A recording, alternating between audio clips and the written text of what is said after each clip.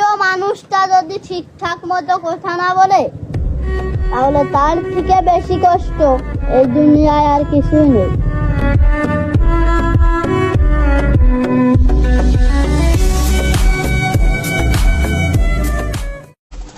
বিষয়ের থেকেও বেশি ভয়ঙ্কর ছিল তোমার নিখুঁত অভিনয়।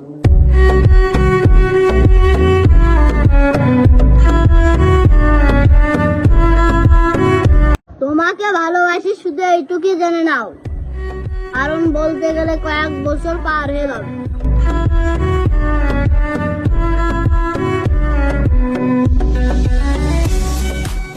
প্রতিটা ছেলের জীবনে মিম আসবে।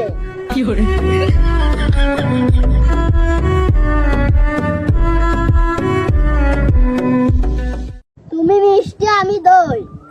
এত সুন্দর কবিতা বললাম,